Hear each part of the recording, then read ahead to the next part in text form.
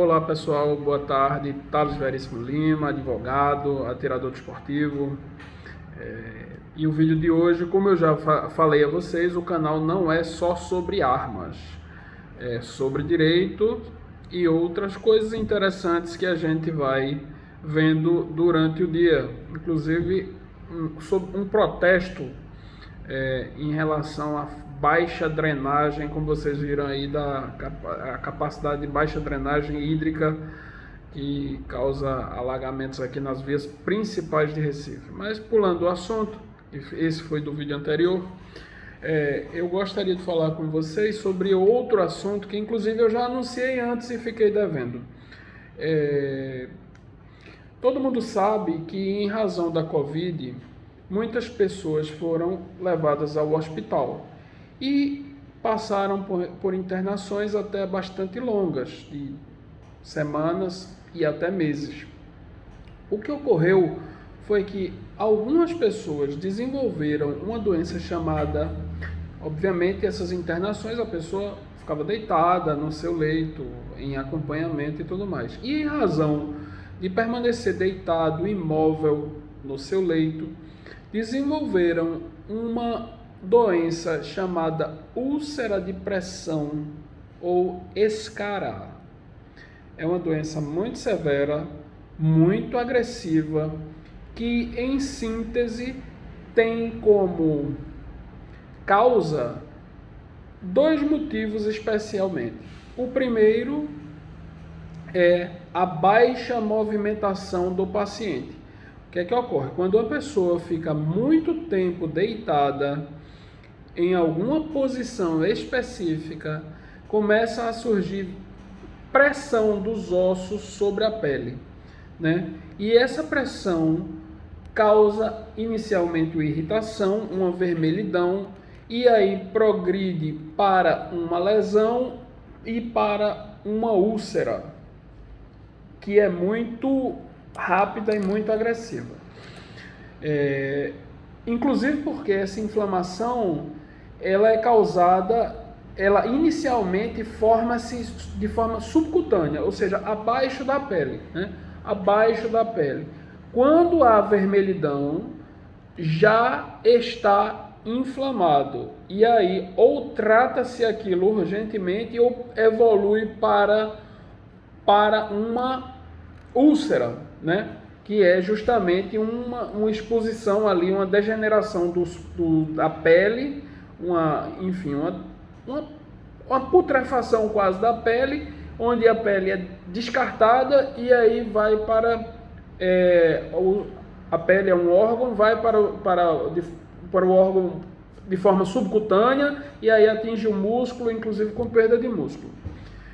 O que é que acontece, pessoal? Como é que se evita isso? Como eu disse, evita-se de duas formas simples. Primeiro, alterando a posição do paciente que está internado de 2 em 2 horas. É isso que a Organização Mundial de Saúde recomenda sobre o tema.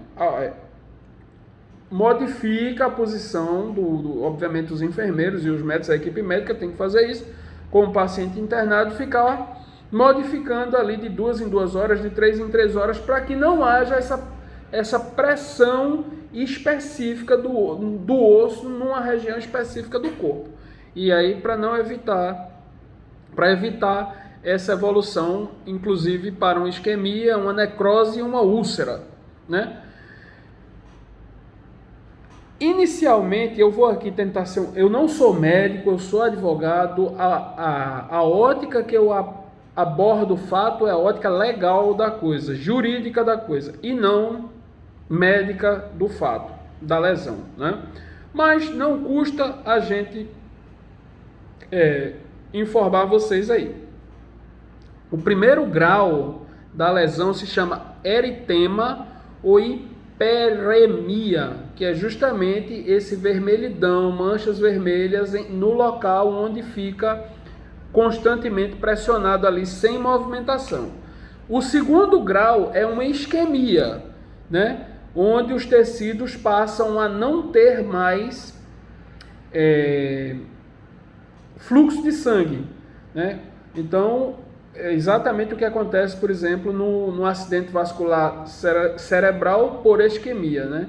Que é justamente há um entupimento de uma veia, não tem artéria no cérebro, mas de uma veia ou de um vênulo, e aí aquele local deixa de ser irrigado e aquele tecido, aquela região ali, ela obviamente por não receber a oxigenação, ela morre, né? Então há uma isquemia da pele, ou seja, aquele vermelhidão, o osso pressionando. Imagine uma mangueira, pronto, uma forma bem simples, uma analogia bem simples de todo mundo entender.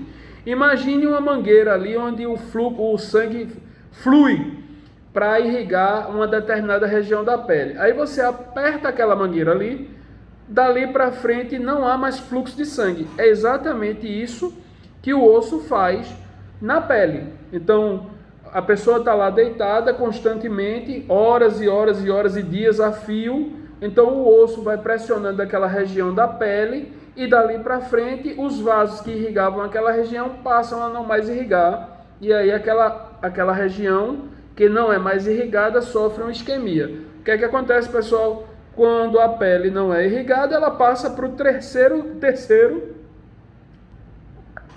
nível da evolução da doença, que é justamente uma necrose, né? Se você não irriga um certo tecido, uma região, aquilo evolui para uma putrefação, uma necrose, morre e aí acabou. Passa para a próxima etapa, que é justamente uma úlcera, que é aquele tecido morto, ele vai ser descartado pelo corpo como mais uma vez eu vou falar aí para os médicos de plantão. Eu não sou médico, mas como uma casca de ferida que se larga da pele porque está morta, né? E aí fica justamente a úlcera, o buraco na pele. Então, a escara, eu não vou deixar foto na capa do vídeo porque eu acho que é até um pouco agressivo. Apesar de que, enfim, faz parte da natureza humana, não haveria por que não enfrentar não haveria por que não enfrentar essa doença, já que, enfim, a vida não é só feita de tiro, porrada e bomba, não é só feita de beijo e abraço, tem a parte das moléstias também da vida que a gente tem que enfrentar, né? E com conhecimento, eu não sou médico, mas com um pouco de conhecimento fica mais fácil, ou pelo menos a gente consegue não deixar evoluir tanto, né? Já no primeiro sintoma, interromper as consequências. Então, como eu disse, a primeira forma de evitar a evolução da escara é movimentar, conforme a orientação da Organização Mundial da Saúde, os manuais médicos, inclusive os vários que eu li, né? Movimentar o paciente, alternar a posição do paciente de 2 em 2 horas, né? Para aliviar a pressão do osso sobre a pele. Isso parece óbvio, né? Não precisa ser PhD em medicina para entender isso. Se você está com um fluxo de sangue interrompido, o que é que você faz? Por uma pressão ali do peso do corpo que está deitado, o que é que você faz? Vira o lado e aí aquela pressão se desfaz, né? E desobstrui o caminho normal do sangue. E a outra recomendação, claro que existe um conjunto de recomendações, eu estou deixando as principais, e a outra recomendação é fazer o asseio, a limpeza do paciente. Para quê? Obviamente todo mundo precisa se limpar, para não juntar grude, não juntar, grude, sujeira da doença, né? Fica ali a pessoa deitada o dia todinho, o suor, junto com os lençóis e acumulando fungos, bactérias, aquilo tudo ali, obviamente vai a certo ponto da lesão, aquilo ali vai evoluir para uma doença, para uma úlcera, para alguma coisa. Então, qual as duas recomendações que eu achei que são obviamente as mais relevantes e que implicam, inclusive, no terceiro aspecto, movimentar o paciente e fazer o asseio do paciente, observar e manter a observação constante, a inspeção do lugar, né? A gente não olha as armas da gente, os canos está com bala, os carregadores e tudo mais. Pronto, bala ou munição, né? Depois não vai dizer, é bala aqui na venda. Então, mesma coisa, tem que inspecionar o ente querido da gente que está doente. Seu pai, sua mãe, seu irmão, seu primo, seu tio. Você tem que ir lá e olhar se o camarada está muito tempo parado com um vermelhidão. Ó, chama o enfermeiro, ó, enfermeiro, tem que mudar aqui, ó. Apareceu uma mancha que não tinha, né? É cuidado com os entes queridos da gente, principalmente com os que precisam, que estão no hospital. Então, pessoal, seguindo a vida aí. Mas se nada disso der certo, se mesmo assim a vermelhidão evoluir para uma úlcera, que é justamente um agravamento da doença. Deixa eu ver se eu mudo aqui, só para mostrar a vocês aqui. Eu não quero botar foto na capa do vídeo. Pronto, eu vou inverter a câmera aqui para mostrar a vocês aqui a situação. Aqui. No Google aí, só é botar Google, vocês vão... Ó, escara, não tem perigo, problema de eu mostrar isso aí, porque tá no Google. Ó o negócio aí, chega a tá preto. Então, escara, e justamente a maioria das situações ocorrem no cóccix. Tá vendo aí, pessoal? No dedo, enfim, vamos voltar aqui. O que é que ocorre? Se por acaso houver a evolução da doença para esse nível aí, esse grau que vocês viram aí, a jurisprudência, e aí o aspecto que realmente eu gostaria de levar a vocês, a jurisprudência dos tribunais, e nisso o STF realmente ajudou, enfim, a quem foi acometido por essa moléstia, é pacífica no seguinte sentido, de garantir que esse tipo de lesão acometido em quem está em tratamento médico, seja em hospital público ou particular, é decorrente de erro médico. Por quê? Por aquilo que eu já disse anteriormente. Porque há procedimento médico específico para prevenir esse tipo de doença. Quais são os dois principais? Movimentar o paciente de 2 em 2 horas e fazer o asseio do paciente e inspecionar, ficar inspecionando para evitar já desde o início, caso haja alguma vermelhidão subcutânea ali, cutânea. Então, pessoal, eu estava pesquisando isso e foi por isso que eu demorei um pouco. Na verdade, vocês sabem e eu já disse, aqui o escritório da gente é bem animado, tem muita coisa para fazer, então as coisas precisam ir sendo gradativas, e esse é um dos motivos pelo qual eu não faço tantos vídeos constantes sobre armas e sobre outros assuntos, mas eu quero ficar trazendo vídeos aí para vocês. Então, os tribunais já entenderam, já julgaram, a corrente majoritária não é um tema pacificado. Para quem ainda não sabe, um tema pacificado no direito é quando aquelas causas que atendem aqueles requisitos que se enquadram, normalmente quase a totalidade, elas são julgadas procedentes em favor do autor. Quando não é um tema pacificado, é que há correntes jurisprudenciais, ou seja, um conjunto de juízes julga num sentido, outro conjunto de juízes julga em outro sentido, e aí se formam as correntes, né? Um puxando para um lado, outro puxando para o outro, e obviamente, como um cabo de guerra, a que tem mais força, mais adesão, a corrente que tem mais julgados é a que vence. Normalmente é a que vence, desde que preencha os requisitos daquele tipo de ação. Então, não se pode dizer, inclusive o Estatuto de Ética da OAB proíbe que a causa é ganha, mas se pode dizer que a corrente majoritária é no sentido do provimento daquele direito que o autor persegue. E é justamente isso que eu quero dizer a vocês.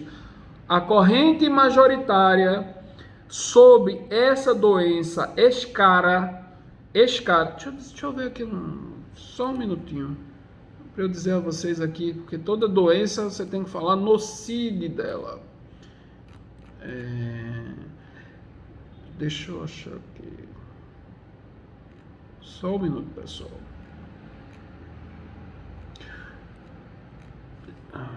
Já. Então, a corrente majoritária no sentido de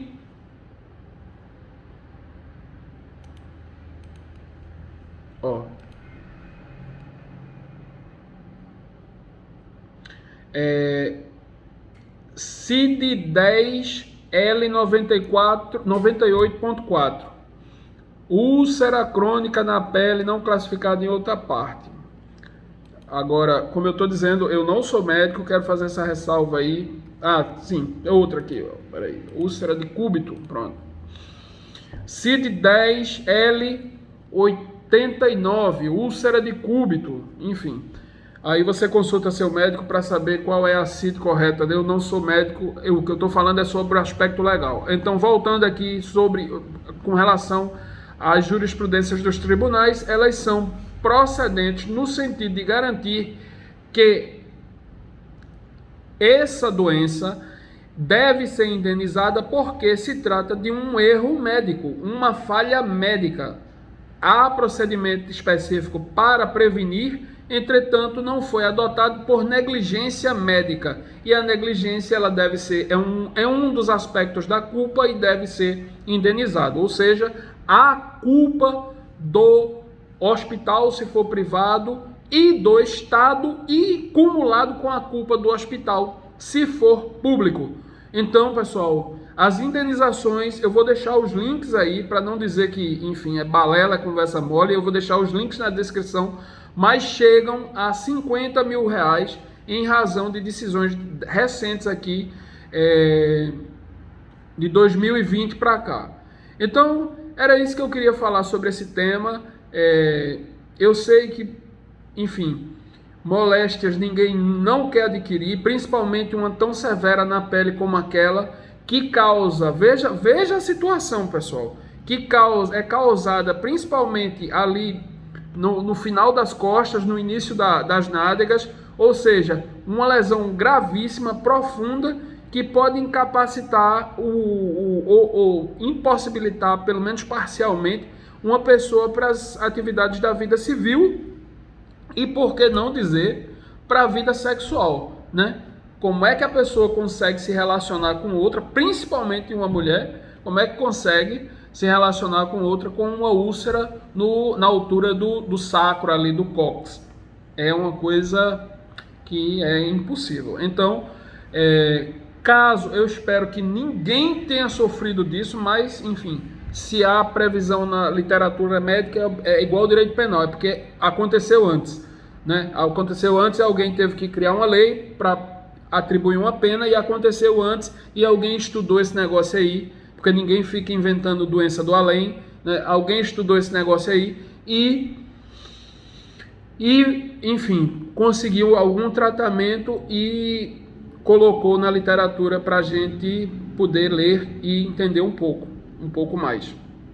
Então, se alguém foi acometido dessa doença, espero que ninguém, ou conheceu alguém que tenha sido acometido, ou esteja sofrendo dessa moléstia, procure um advogado de sua confiança, porque é classificado como erro médico. Erro médico. Pessoal, eu vou encerrar aqui o vídeo, porque começou aqui uma audiência que estava prevista para as 3 horas, começou agora. Então, mas era tudo isso que eu queria dizer. Procurem um advogado de sua confiança. Essa úlcera de cúbito ou escara, ou enfim, essa ulceração em razão de internamento médico, ela é passível de substanciosa indenização, seja pelo hospital público, seja pelo Estado, quando o hospital for pelo hospital privado, ou pelo Estado, quando o hospital for público. Era isso que eu queria trazer para vocês. Acompanhem o canal. Eu estou devendo mais um vídeo sobre porte de arma. Estou terminando de compilar aqui alguns julgados e vou publicar aí para vocês. Além do que, no final de semana eu pretendo continuar aquela série de recarga de munição e outros vídeos mais. Um abraço, tchau, tchau, tchau, tchau.